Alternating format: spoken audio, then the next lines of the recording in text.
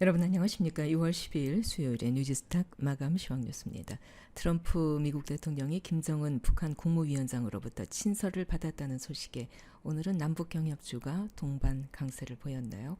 오늘 코스피 지수는 3.06포인트 내린 2108.75, 코스닥 지수는 4.47포인트 내린 724.32, 원달러 환율은 1.5원 상승한 1183원에 거래되고 있습니다.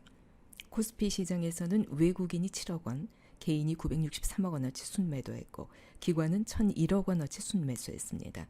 코스닥 시장에서는 외국인이 621억 원, 기관이 1,073억 원어치 순매도했고 개인은 1,905억 원어치를 순매수했습니다. 5G 이동통신 상용화로 데이터 사용량이 증가하면서 반도체 수요가 늘어날 것으로 기대되기 때문에 이제 다시 IT 업종이 주목받을 것으로 전망된다는 분석이 나왔습니다. 트럼프 대통령의 핵심 경제참모인 레리 커들러 백악관 국가경제위원회 위원장은 현지 시간으로 11일 미국 경제 전문 매체인 CNBC 방송과의 인터뷰에서 미국의 3%라는 성장 전망 예측은 중국과의 협상 여부에 달린 것이 아니라면서 미중 무역 협상이 타결되지 않더라도 미국 경제의 3%대 성장은 가능하다고 주장했습니다. 그러면서 미국 경제는 매우 강하다면서 달라진 것은 낮은 세율과 대규모 규제 완화, 에너지 부문의 개방, 다양한 무역협정 개정이라고 강조했습니다. 그러나 윌버로스 미 상무장관은 미중 갈등은 협상으로 마무리될 것이다 이렇게 내다봤고요. 또 커들러 위원장도 G20 정상회의에서 미중 양 정상의 만남이 이루어지고 무역협상이 재개되기를 바란다고 말했습니다. 세계 금융시장에 막강한 영향력을 행사하는 미 연준과 유럽중앙은행 즉 ECB에서 금리 인하 움직임이 지속적으로 감지되고 있습니다. 이미 호주는 연준의 금리 인하 가능성을 높게 보고 선제적으로 금리를 내렸습니다. 다만 그 시점은 트럼프 대통령과 시진핑 중국 국가주석 간 주요 20개국 정상회담 이후로 예상되고 있습니다.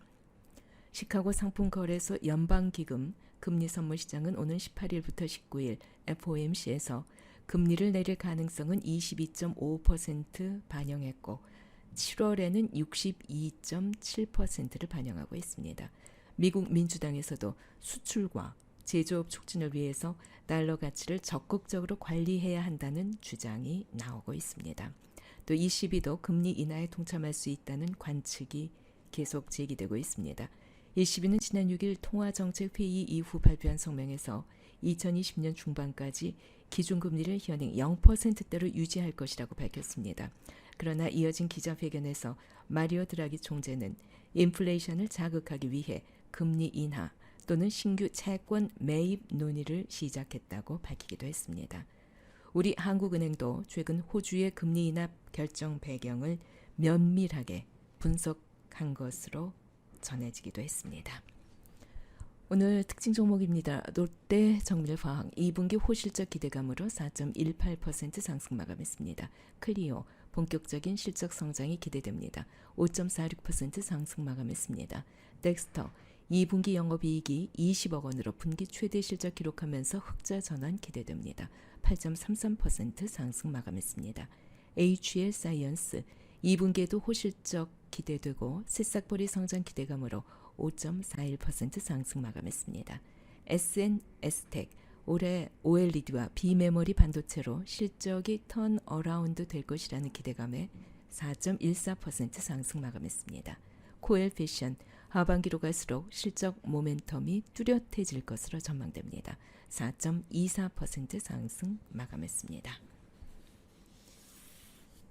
전 세계가 금리 인하 쪽으로 방향을 틀고 있습니다. 미국과 중국의 무역 분쟁으로 야기된 경기 둔화를 만회하기 위해서 경기 부양을 하겠다는 얘기죠. 트럼프 대통령이 미중 무역 협상에서 최대한 성과를 이끌어내기 위해서 냉온 발언을 연일 쏟아내고 있습니다. 또 한편으로는 3차 북미 회담의 가능성도 내비치고 있습니다. 어쨌든 6월 말 G20 회담에서 어떻게 방향성이 정해질지 그때까지는 주식시장은 계속해서 눈치 보기 장세로 종목 장세가 지속될 것으로 예상됩니다. 내일은 또 선물 옵션 만기일입니다. 6월 12일 수요일의 뉴지스탁 마감 시황 뉴스였습니다.